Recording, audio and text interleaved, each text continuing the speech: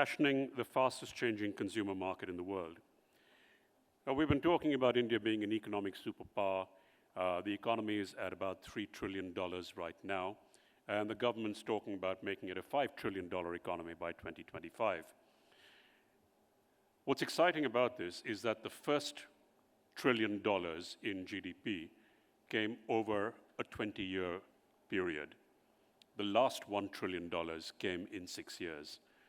So the change that both these gentlemen talked about is actually happening right now. The buying power is in the hands of young consumers. It's growing immensely.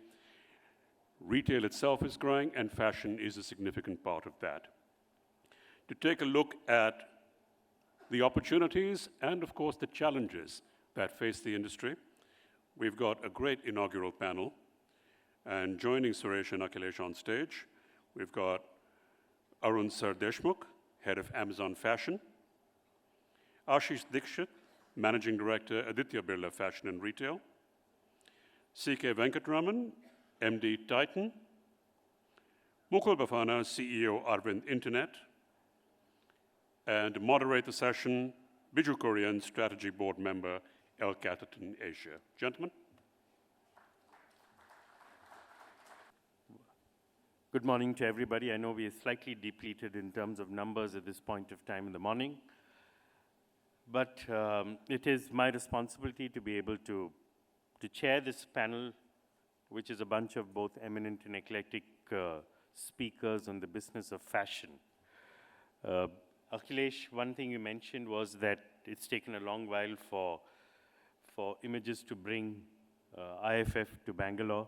It's also taken some time to get Anish to Bangalore, so I promised him a drink this evening. Which you're not paying for. Which I'm not paying for. Certainly, you're paying for that. And the most important thing is that it also gives me a lot of comfort to be with this group of panelists, largely because I have in Akhilesh and Arun ex-colleagues from Reliance Retail. I have with Suresh an ex-colleague from Levers. I have with Venkat an ex-colleague from Titan and the current managing director there. I have in Ashish the spouse of an ex-colleague from Titan. The only one who's not an ex-colleague in some form is Mukul. So it gives me a lot of comfort to be with a group such as this. And taking back to what I think Anish mentioned about the Indian economy, currently at about 3 trillion, hoping to get to about 5 trillion. Our current economic mood obviously doesn't portend that we will reach 5 trillion in the next 6 years, that is by 2025. But certainly I think whichever way we look at it, we should be somewhere between 4.25 to about 4.5, even if you take a very depressed 6%, 6.5% GDP growth rate. What we also know is that of a $3 trillion GDP, you have consumption, which is approximately about 60%, which is about 1.8 trillion. You have the retail market, which is approximately another 60% of household consumption, which is about $1 trillion. So even if you were to look at the consumption proportions increasing from today's 59.5 to maybe about 63, 64%, and even if you look at an economy of about 4.5 trillion, you're looking at a retail market which is likely to be almost double what it is today, approximately about 1.8 trillion.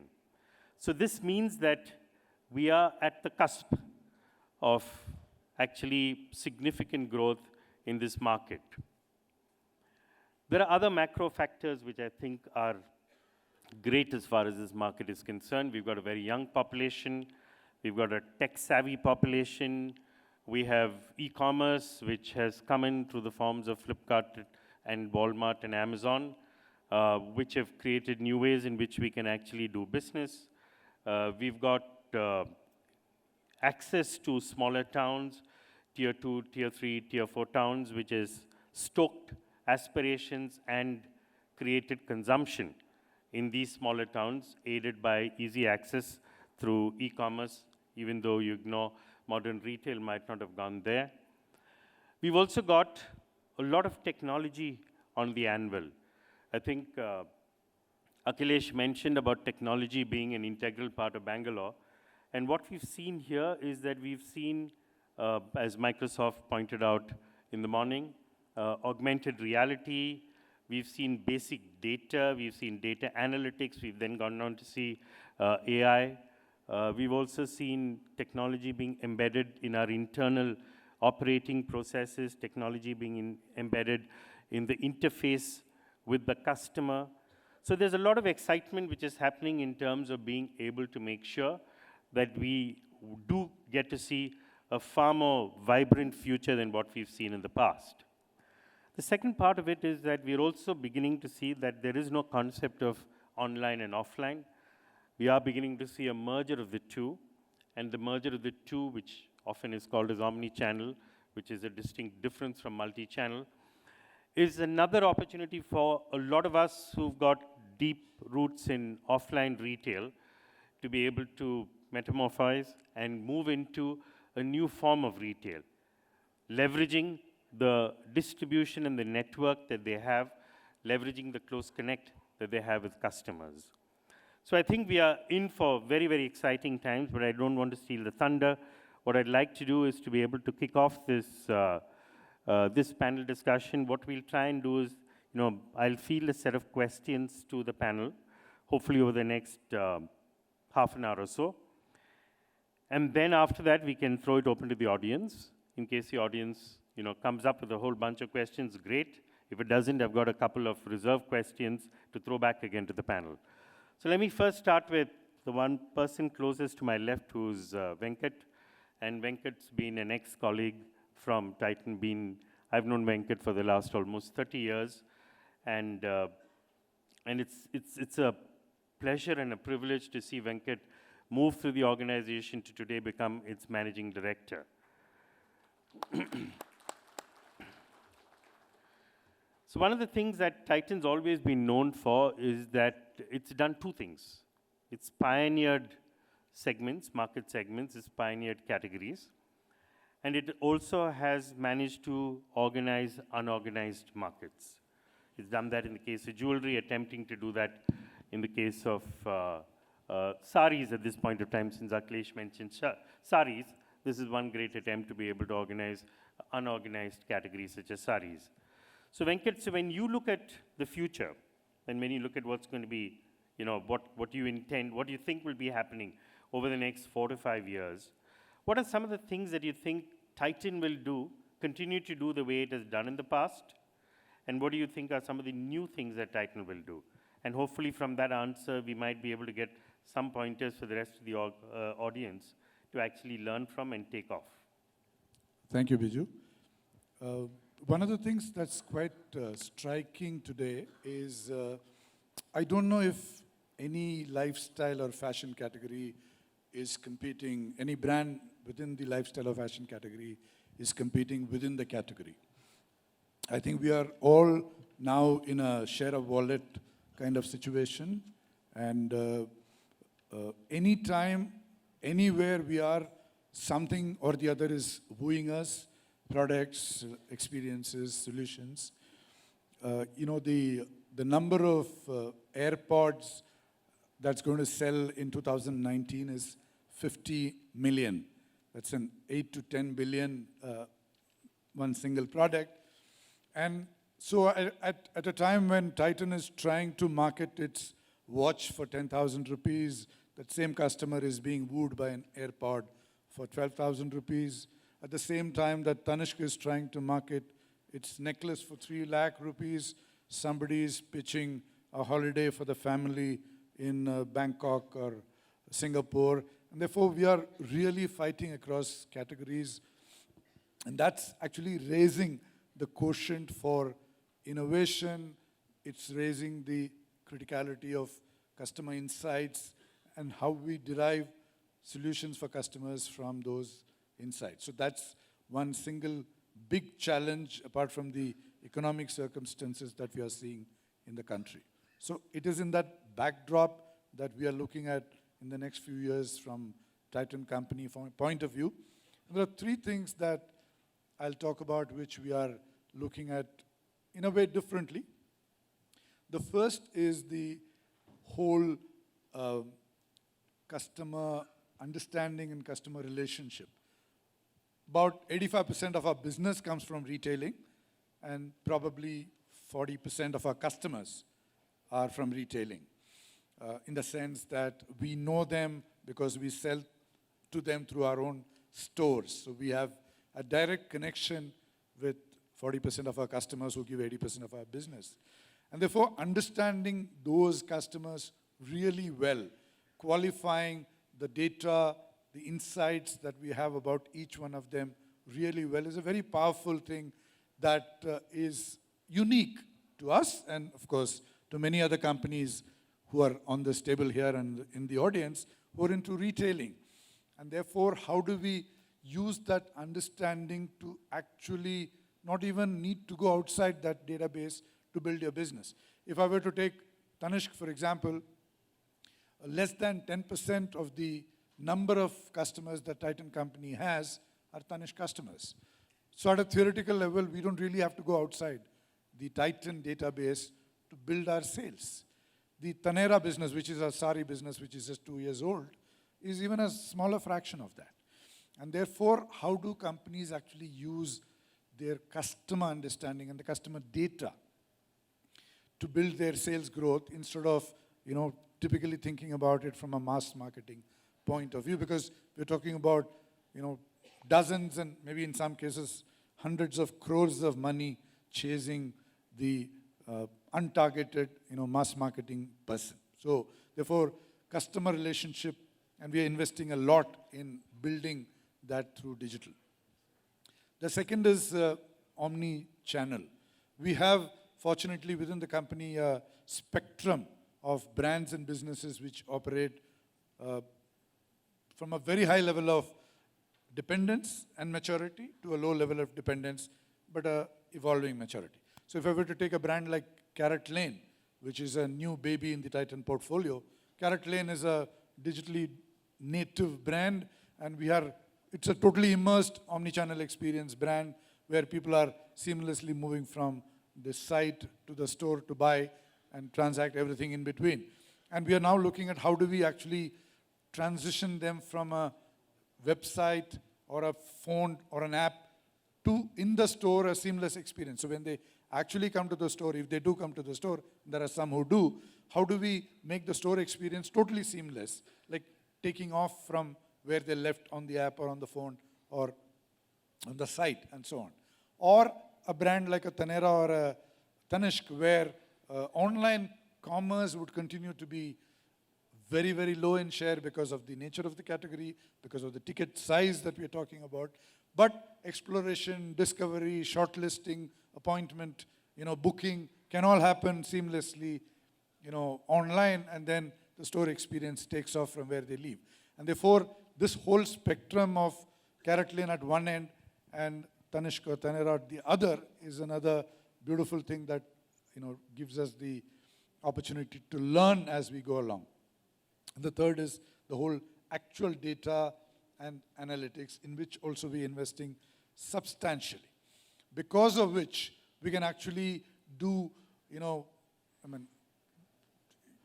can have a sort of similar kind of profile of a Raga customer for a Taneira or an Octane customer for a Gucci sunglasses and so on, where we end up actually using the copies to target for one brand people who have brought the other and actually build on that. So in a way, the ecosystem of a pure retailing company that is unique, and the whole experience that the retailing provides is a third thing that I'm looking at as a big thing for a company like us. Thank you, Venkat. And this is to Akhilesh, and I think Akhilesh is both conference chair as well as the CEO of Reliance Trends, which is one of the most aggressive fashion garment retailers over the last few years. Reliance has actually done a lot in terms of trying to tap the opportunity at the, I wouldn't really define it as the bottom of the pyramid, but certainly in the market which has been unserved or underserved by many of the other brands. and also in smaller towns, tier 2, tier 3, tier 4. You go into very small towns and you'll begin to see, and you get to see a large Reliance Trend store there. So obviously this is born out of a belief that there is an opportunity in targeting those markets, both geographically as well as those customer segments whom others have not targeted. That's one. And to complement these efforts, today you also have the online business, which is Ageo, and there also you've got a great opportunity to be able to capture the market in those markets where even Trends is not present in. So how do you get to see this from a larger strategic perspective in terms of tapping the potential and building a market in these customer segments and geographies? So, I don't know how to say this, but Trend's largest share is in the large cities. So, still a large chunk of our business comes from the large cities. However, we have reached out to the underserved, like Bijou mentioned. And I think we experiment with going out to smaller and smaller markets. But look at your metro today. A metro today is not one market. A metro today is A catchment, a B catchment, a C catchment, and a D catchment. The D catchment is like a small town. So even if you go to Delhi, which is premium customers, malls, etc., Delhi still has a Madangir, which has lakhs of customers who are also buying. So the share, what is the size or the share of the wardrobe of the customer that you cater to? I believe Trends caters to all customers, from premium right up to economy and the mass.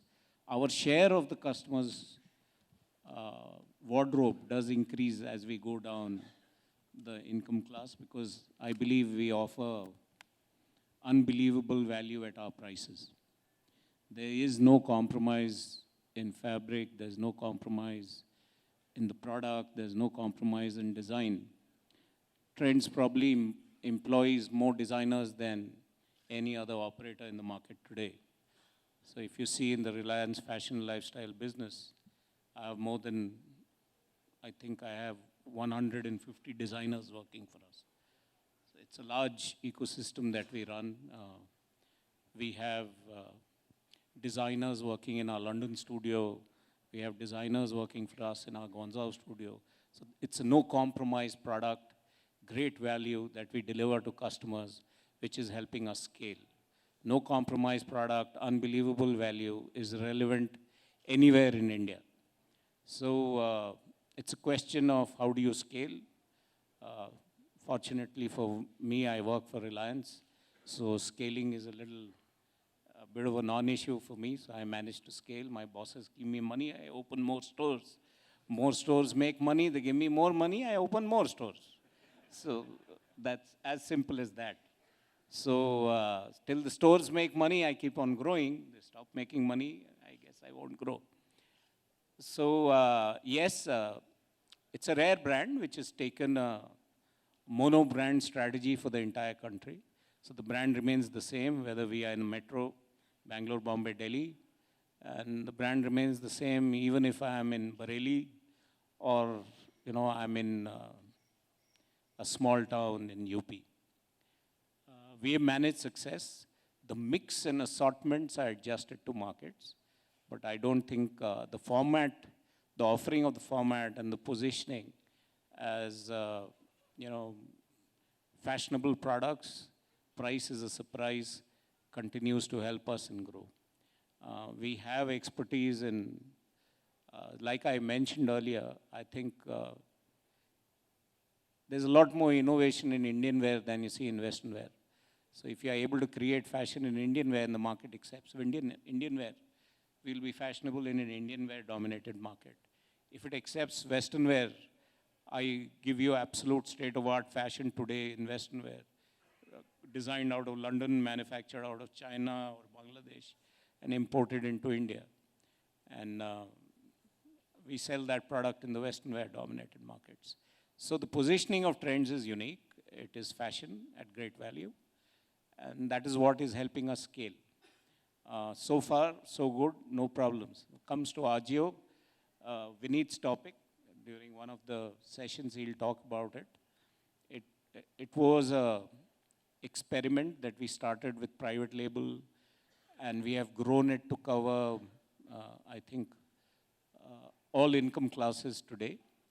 Agio, I think, came right after a few experiments a couple of years back under Vineet's leadership. We managed to grow our turnover 100% every year. And I think it's a player to reckon with in times to come. Very confident of that format. Unique strategies in place. We will help scale it to new heights. It will be a B2C business largely. We, of course, running another B2B business under the same name, which is a different strategy. Does that answer? Sure.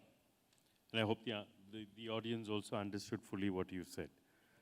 But one thing I think that they understood is clearly that you've got a lot of money at your hand. That is something that came across very clearly. I make a lot of money which I invest. Sorry. So Arun is also another fashion industry veteran. I think Arun's been in fashion for the last, 30 years almost? 1990, 92? 25 years. And that's a lot of time. I think it would be appropriate for me to also mention Sriram. And Sriram is both a mentor to Arun as well as a mentor to Akhilesh, and is the one who started Madura Garments. He's a very diffident person sitting in the first row. But Sriram has been, in fact, an integral part of the fashion industry in India. Starting Madura Garments, that's where also Arun initially earned his spurs. And then post that, branched out into creating Indus League, which then brought you brands like Indigo Nation and Scullers. And then they sold it out, and then after that he joined Reliance Retail to set up Trends. And then after that branched out on his own into an entrepreneurial venture, Fashionara. And from there he's now moved into Amazon Retail to head their fashion business, which is Amazon Fashion. And on the other hand, with Amazon, they're the big daddies of the online business, very aggressive when it comes to the domestic market. Obviously, are seeing India from a very different perspective than probably the way they might have seen China, where there's immense competition, but here at least there's a great greenfield opportunity to be able to capture. And despite the head-to-head competition with Walmart, Flipkart, certainly are making sure that they bring their best to this market. So Arun, this question to you is actually about how do you see fashion in the online space in India? And how different is that vision from what Akhilesh sees in terms of fashion? I think at the core, thanks Bijou, and hello to everybody around. At the core, I think we are servicing a similar need, not very different.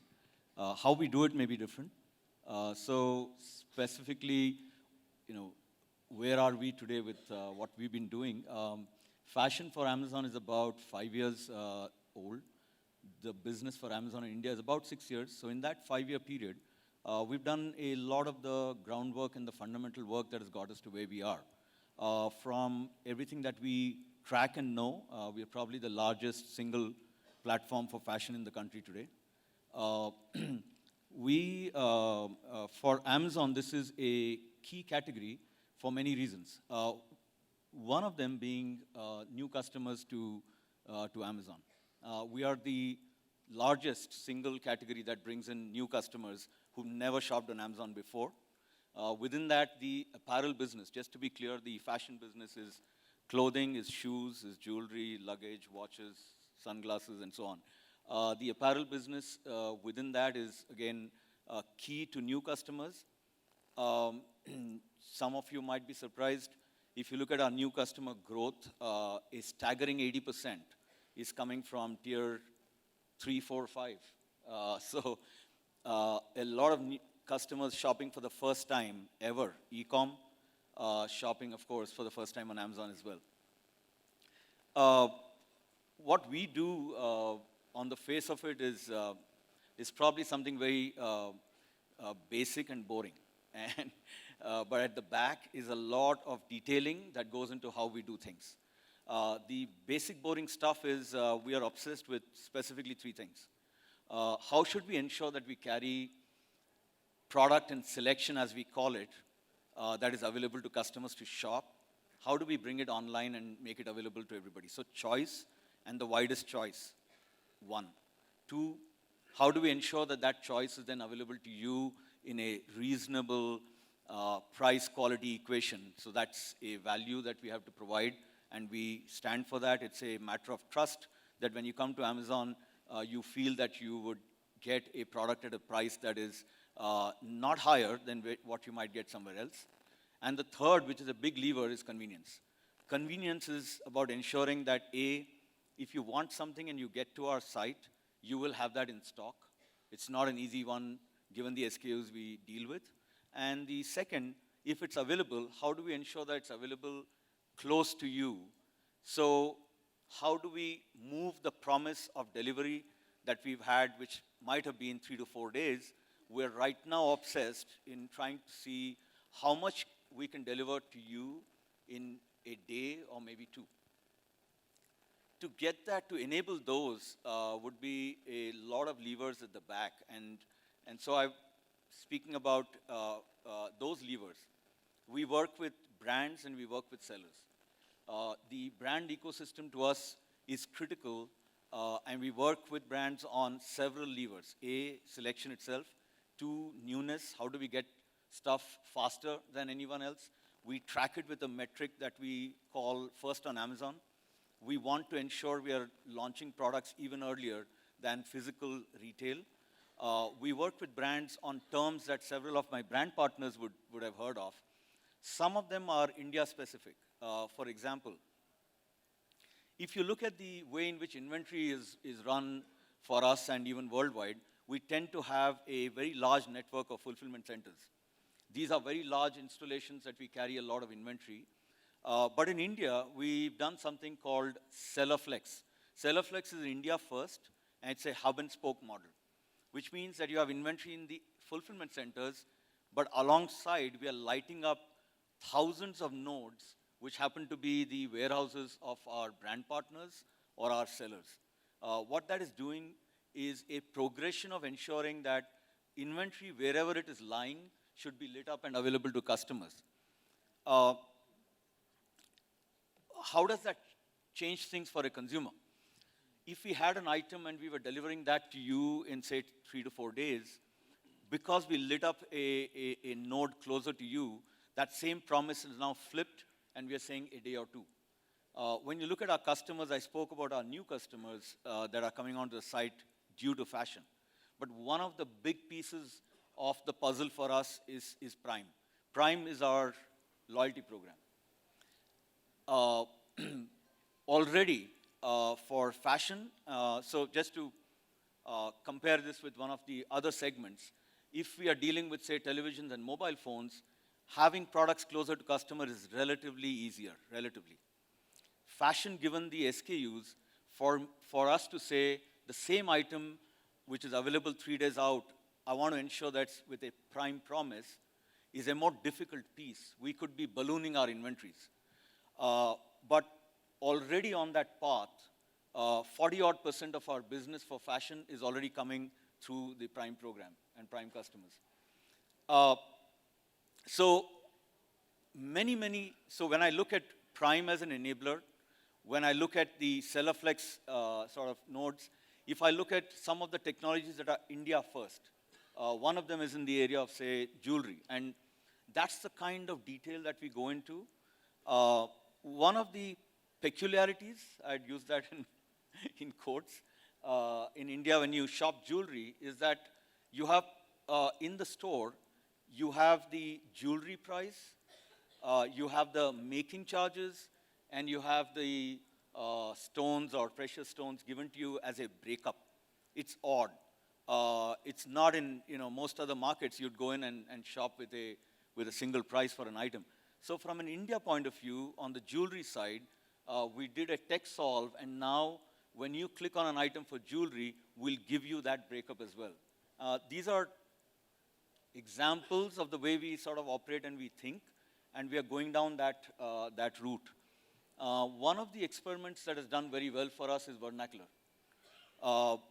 It's strange that a lot of e-commerce tends to be in English, whether it's the input device you're using, all of the descriptions are English, but when you cut this across from an India point of view, it should all be vernacular. So we started with Hindi. We are moving into several other languages as well. The uptake on that has been huge for us. It's the site experience, which means that if you're shopping through the site flips to Hindi, whether it is the banners, it's the content, it's the information on the product, your checkout, and everything else. So it's in areas like this that we are doubling down. I would say a few challenges from how we see business. One of those is that from a single destination, which is, of course, now pretty much your mobile phone, can we service different kinds of consumer demand? A simple cut of that would be, I would say, a customer who's shopping for brands and another who might be shopping for style or pretty much unbranded, as you might call it.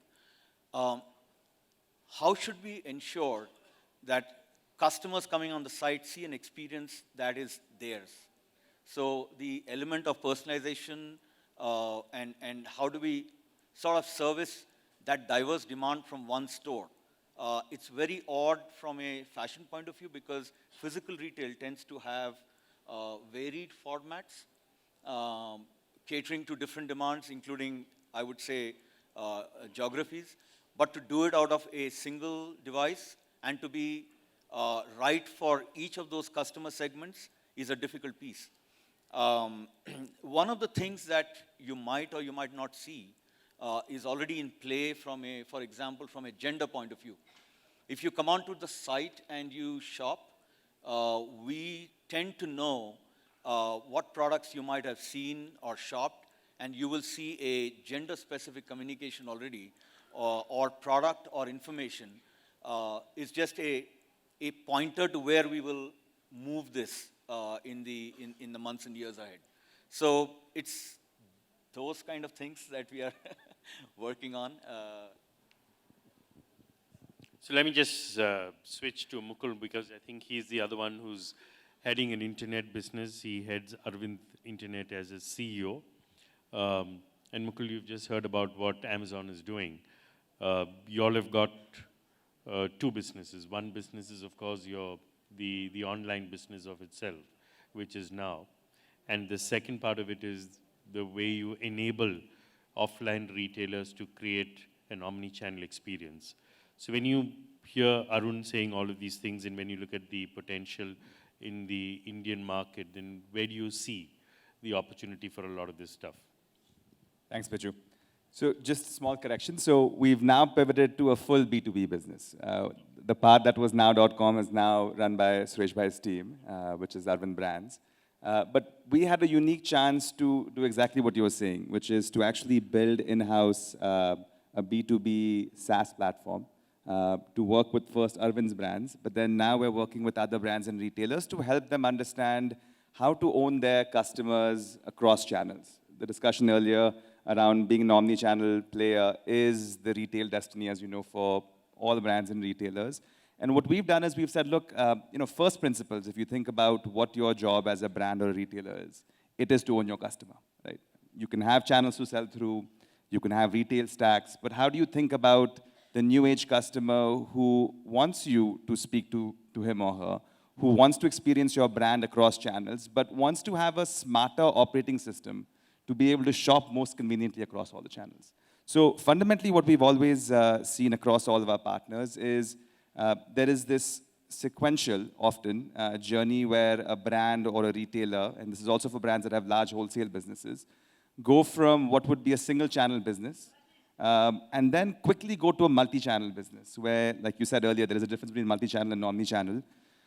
They flip to a multi-channel business where you have a lot of channels that they sell through, whether it's in Amazon or their own e-commerce sites or their stores. But what you see is there's an operating logic that's missing that creates this harmony across channels, right? And this is where we typically see the most value in what we can offer to our partners, is to build this unified retail operating system for them. Now, in this view of the future where you are going to have customers who shop your brands across channels, and they expect a similar kind of experience, a brand or a retailer has to have the minimum technology in the back end, a smarter operating system, to start connecting these channels in a smarter way for that customer. Now, in the offline world, most brands have done a tremendous job of rationalizing these channels, right? Whether it's multi-brand stores, their own stores, distributors, liquidators. But in the online world, in the digital world, we specifically feel that brands struggle with this. So what we've done is made it very simple for brands to say, look, let's create this unified stack for you. The order management, the inventory management, the catalog, the content, right? Where we can hook up to your channels in a smarter way.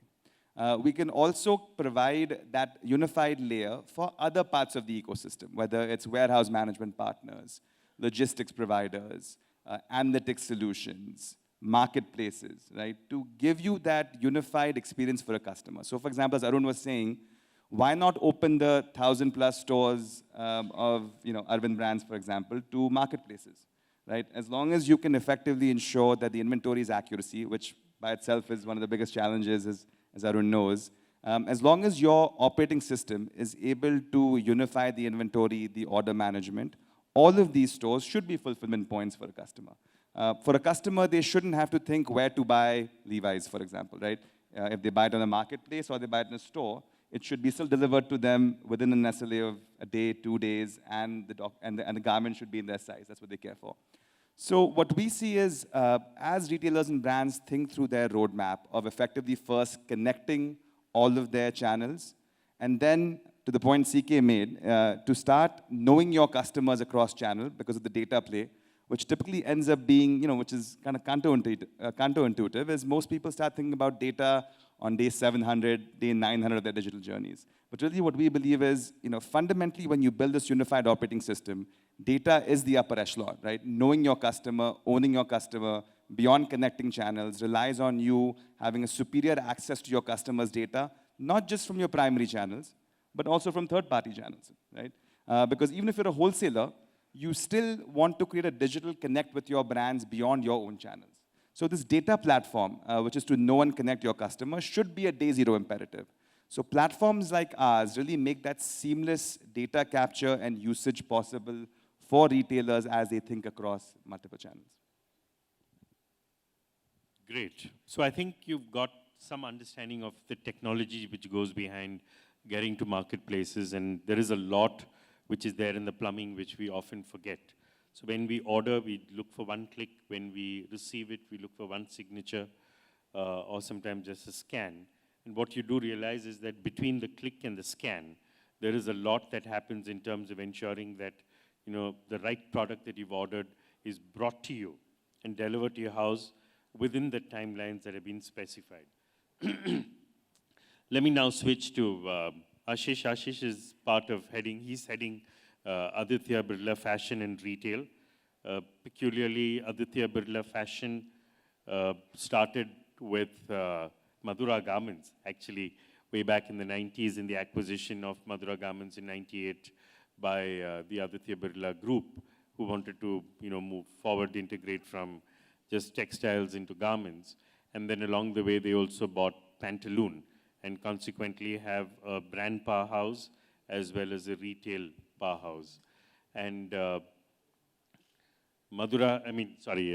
Birla Fashion has been in a variety of businesses. So it's been in, it's in men's, it's women's, Indian and ethnic, Western, domestic brands, international brands. It's international in terms of its presence. So when you look at the company, you realize that it's pretty much covered every base. But I'm sure when you look into the future, there are several opportunities that they are spotting even in the bases that they've covered. So let me just request Ashish to share a few stories about that. I think, yes, I think one of the probably we hold one of the more diversified portfolio in the apparel industry. And the way we look at our portfolio is more with the lens of consumer lifestyles and habits. I'm sure, and some of the people of those era, Arun, Sriram, are sitting here today. Vineet, in 90s when we were building brand in Indian apparel market, I think the simple reason was men wanted to look good when they went to work. And they wanted to look good at work, they wanted to look good at outside work.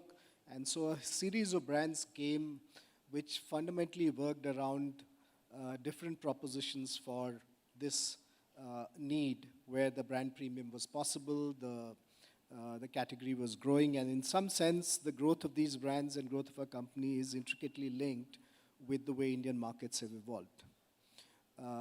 Soon enough, men started wanting to look good for things other than work. They started to go out for lunch, parties, evenings, and that led to a whole series of brand extensions, sub-brands, which actually kept these brands alive and contemporary over a period of time. Many of them added back to the mother brand because we kept the fundamental proposition same, but we kept moving as consumers kept evolving their lifestyle. When women started coming to work, some of these brands found that opportunity for expansion. Over last 10 years, that is a portfolio that's beginning to grow. Similarly, the more youthful, expressive, casual lifestyles started to come around 2005-10, and that gave rise to the next set of extensions in our portfolio. Over last 5 or 7 years, we have further looked at what else is changing in the cultural landscape of Indian consumer. And very broadly speaking, if you look at the segments which are emerging versus what existed, clearly young women fashion is a large space around the world. In India, the societies allow only a certain kind of clothing in certain kind of markets, and to that extent, that market is small today. Akhilesh talked about how even today the Western wear market continues to remain small. But our success historically has been around segments in which we made an early entry, very often failed and struggled in the early phases, but found a way to get around it by consistently being at it over a longer period of time. So that's one segment that we've been building our business around.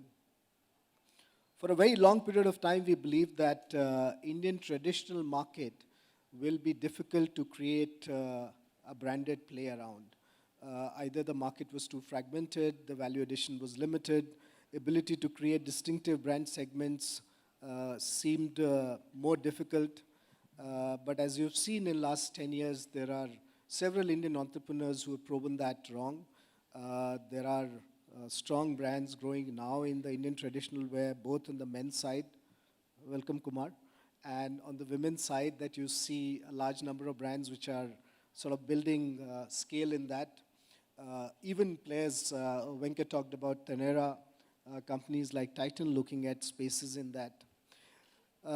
So that's the next space that we sort of started to look at, where we recognize that more and more women are buying Western tops for 400 rupees and paying 4 lakhs for a lehenga. And therefore, there is a tremendous value addition that's happening in the designer space, in a more creative space in the Indian wear segment, and that's been the new segment. So if you look at our portfolio, Bijou, while it looks unwieldy and pretty large at this point of time, it's really focused around 4 or 5 consumer segments and lifestyle stages where we have sort of traveled the distance with the Indian consumer. And as their lifestyle evolved, we have started to build either through extension, sub-branding, or sometimes with new brands, a play around it. In last few years, we saw the growth of fitter, younger, more athletic, more physically active customers, more people like Venkat who run, who go out, who gym. And therefore, the whole space of active gym wear, innerwear was another space that was evolving.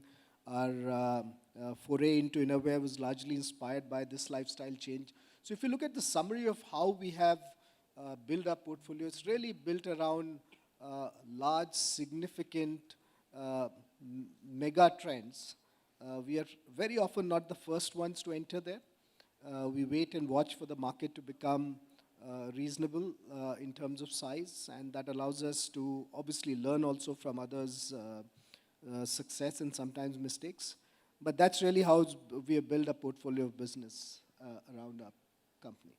Where do you see the potential for this in the future? Do you see any gaps that still remain untapped if it is not strategically confidential? I think, Bijou, the way I've learned over a long period of time is you can never say no to that question. Over a period of time, as lifestyle changes, new needs emerge, what appears like a niche becomes smaller, a slightly larger trend over a period of time. So even as we look at our own portfolio, our share of women's wear is much lesser than what we would like. Our Indian wear entry is very, very small. We felt there is a global Indian, and therefore we have a small little partnership at the top where we have the collective and a few associated brands in that. So there are entry into activewear, innerwear, etc. So many of our plays are actually pretty recent, as new as last 5 or 7 years. And many of them have tremendous opportunities to grow.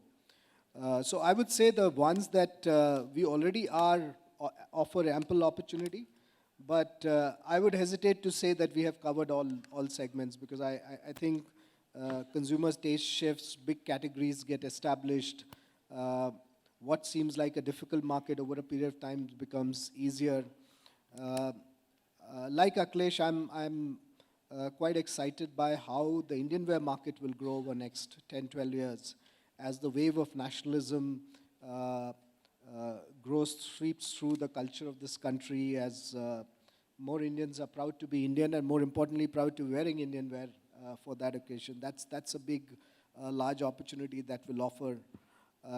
Having said that, I also want to make one more point, which is just as widely we have created a portfolio which covers multiple consumer segments, occasions.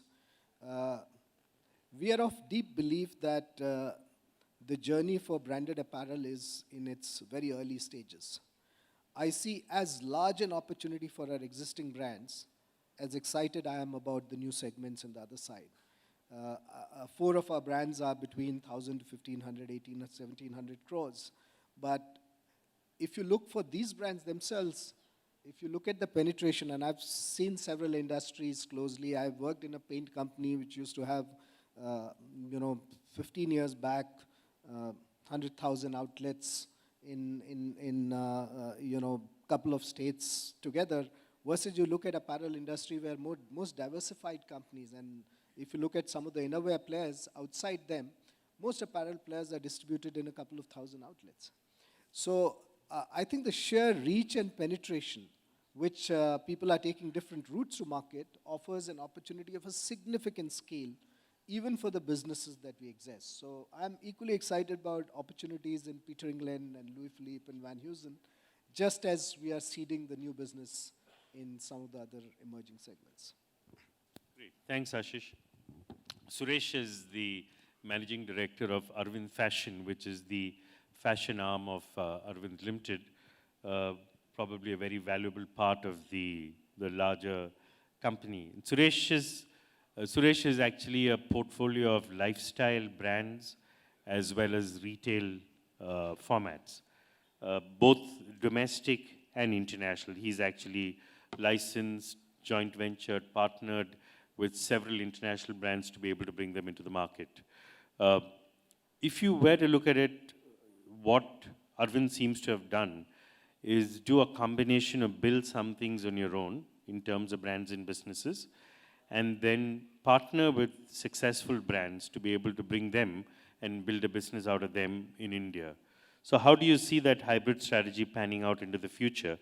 And do you think that India will be more accepting of international brands as we go along? Do you see opportunities in categories such as children's, where I know you made a minor start, but a lot of companies have made minor starts and not really been able to blow it up well. So where exactly do you see the market panning out, and where do you think Arvind Fashion is likely to go ahead on that? Thanks, Bijou. I think if you had to really look at the way the fashion market has evolved in India, we can look at, three consumer segments. If you split, of course, there are multiple consumer segments, but broadly, if you split the Indian households into three groups, there is, of course, the real bottom of the pyramid, which I think none of us are at present, addressing, and I think, they will also get organized in the future. But there is that 100 million households, which I call it as middle class, and there is around 30 to 40 million households, which is somewhere, I would say the upper middle class, and then there's a 5 million households, which is at the top end of the consumer pyramid for fashion industry.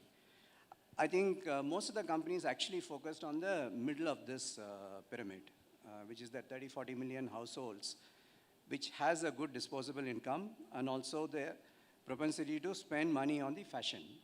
So I think that's where I think most of the business developed.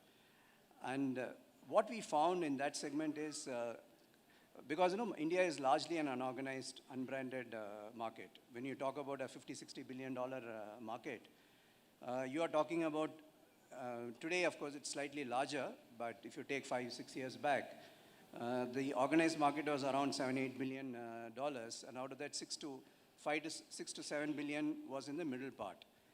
So that part of the market, actually, the consumers are looking for aspirational brands.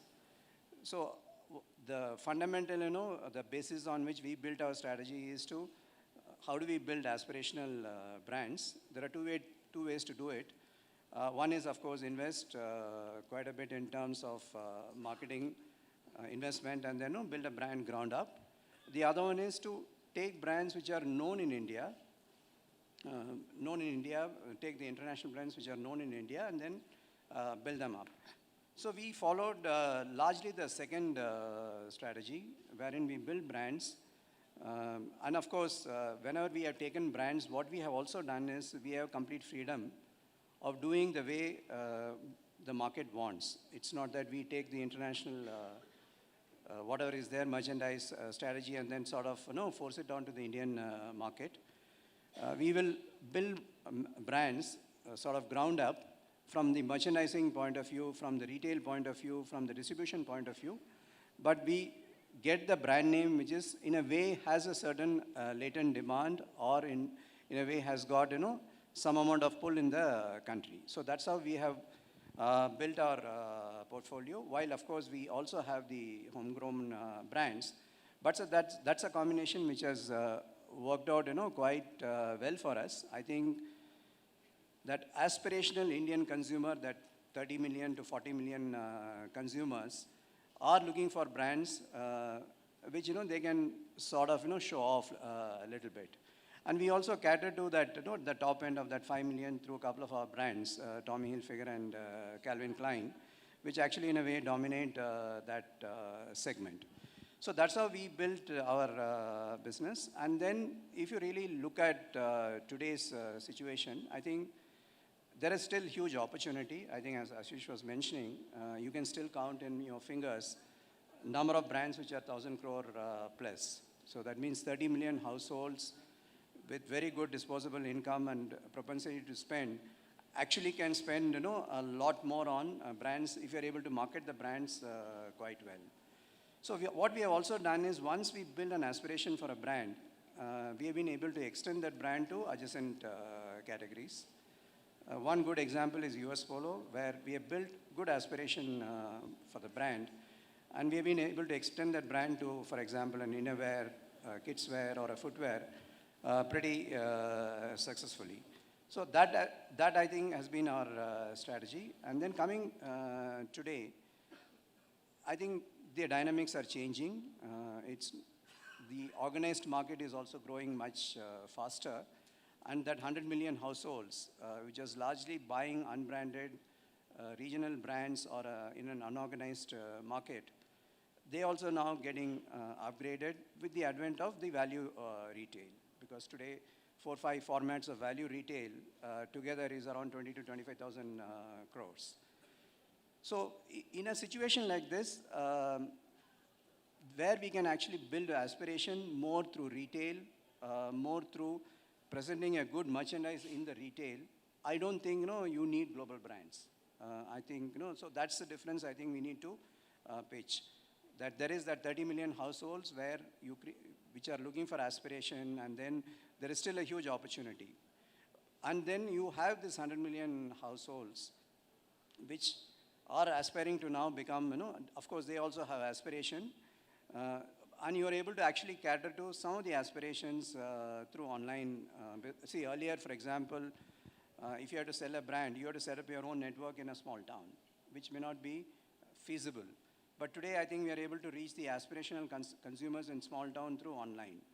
So that is another big opportunity which we can actually build for aspirational brands. So in the value retail, I think I would say that global brands is not a necessity. A good retail format with a good merchandise assortment and good presentation should really do the job.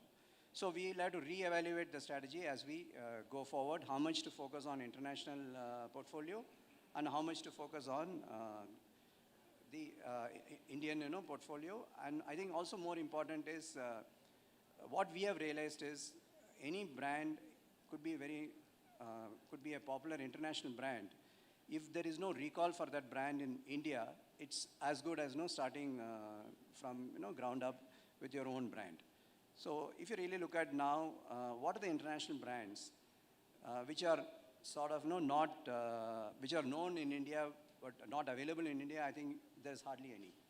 So I think you will not find too many international brands really coming into the market as we go forward. So it's going to be more existing brands. How do you build more aspirational level and getting into category expansions? And then how do the value retail is able to grow with the retail format and a good assortment? So that's going to be the future. Sure. Thanks, Suresh. So what I'd like to do is just throw the floor open to the audience. If anybody wants to ask a question, stand up, just mention your name. And the question, if it's specifically addressed to any member on the panel, then just mention the name of the person to whom we'd like to ask the question to. I think there's somebody going around with mics, so if you want to ask a question, just raise your hand.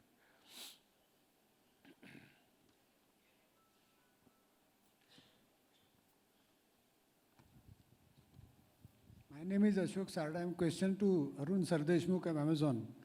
I just wanted to know if Amazon is taking the Indian brands to the Indian diaspora abroad through channel like eBay and Amazon Global. How much is the share of the outside Indian diaspora from India? Yeah, thank you. That's a good question. Yes, we see business, pretty much global. So if you are a business or brand and are offering in India, you should be able to reach out to consumers in other markets. There are several players who are already doing that. We assist brands that want to do it through a local team that's called global selling. How do you do this? What we do is if you want to access the US market and if you want to access Europe, which is 11 countries in Europe, you need to keep inventory in only one location, which is in the UK. In the US, you need to keep inventory in one location and we'll service the entire market. That's our strength. There are several brands that are already doing it. To give you an example, Biba, Fab India, Titan. If you were to look at fashion brands, this includes Amul, this includes Patanjali, this includes several. So yes, it will, the only catch here that I would say, it's not catch, you have to be serious about those businesses. If you just want to have inventory in those locations, that's fine. If you really want consumers to find you, then there's work you need to do, from even ensuring that you advertise on the platform and get people to see you. So there are brands and we'll assist you in that as well. So.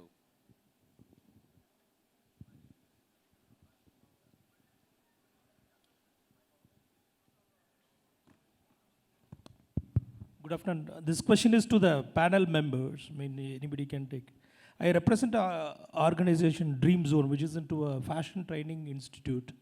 And I just would like to understand what is the skill gap for the skills gap between the Fashion Institute and currently what are the skill available?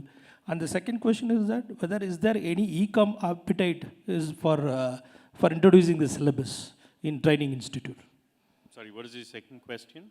E-com? E-commerce appetite for Training Institute. E-com Appetite means syllabus. If we introduce a syllabus of a e-com in the Training Institute, whether it is their appetite. Sure. So since Akhilesh is the chairman of the IFF, I'll give it to him to answer. The largest requirement, of course, is the front end. And we welcome many partners who would like to work with us. In the retail front end, you need basic retail skills. So that's the big end of the funnel. I think basically the strength of fashion industry is design. I think Indian designers have evolved a lot over the last decade or so. I think they'll continue to evolve. It is, you need to kind of have a pool of international and domestic resources so that you can pull up your domestic resources. What was the second question?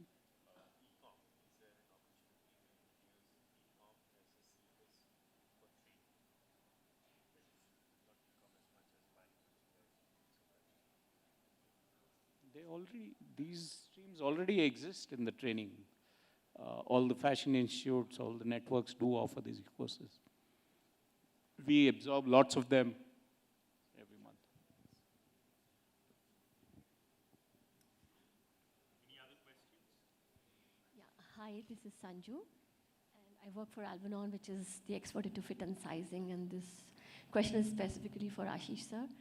I would like to understand when you say about the strategy that you have, for the market, how do you differentiate the strategy between menswear and the women's wear? Are there different strategies, or is it the same strategy that you?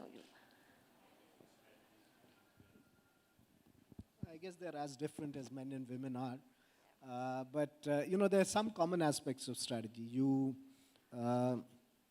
begin with the choice of customer segments that you feel is ready for a play like that, which whether you play men and women doesn't matter.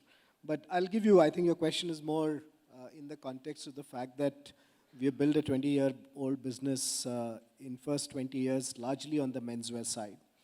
Our learning and forays into women's wear are relatively, I would say, newer, and I must also admit, less successful. Some of it is also to do with the state of women's wear market. I think our first few forays, when we launched Allen Solly and Van Heusen women's wear, was a bit ahead of the market when the market itself there was not enough depth in the market, there were not enough women customers who were shopping Western wear. We ourselves weren't very good at making those products at that point of time. The supply chain was more complex. So starting with the consumers, the fashion cycles, the internal processes, the capabilities, the ecosystem that you need to actually succeed in that business, I have to say that they're completely different. And there are more differences than commonalities across these two segments. Sure. Just one last question before we break for lunch. If there's no last question, we can actually break for lunch. Yeah, sorry.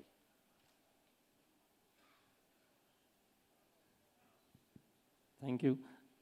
My name is Harish Bhatni. I represent an analytics company. We are into e-commerce solutions for personalization. So my question to Mr. Arun is, since you defined fashion and you broke that down into various categories, if you just take out apparel from that and compare it with the rest of the brick and mortar players with you, do you see the GMV per visitor same as the rest of the industry when you compare an online brand such as Reliance or Titan? Because presently what we see is a pretty low figure of purchases online compared to the brick and mortar segment. So how do you see that apparel part of it vis-a-vis the rest of the players in the online segment? Should I? Essentially, Yeah. the e-commerce sale or the online Could you just sale. sharply define your question? Yeah. What exactly is the question? See, the apparel online sales is a very low figure of about 5% or less than 5% compared to the brick and mortar sales which happens. So when Amazon, which is a traditionally online platform, and when you take away apparel from that segment, does it compare with what we have for the other traditional brick online sales?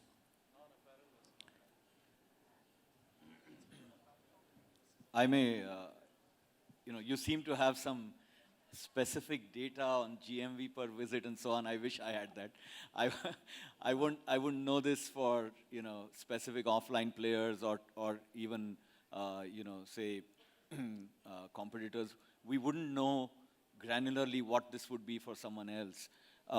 To answer your question in a slightly more general way, you're right in reading the fact that the apparel visitor and the dynamics are different from the other segments. I'd put footwear in the middle and then, all the other categories.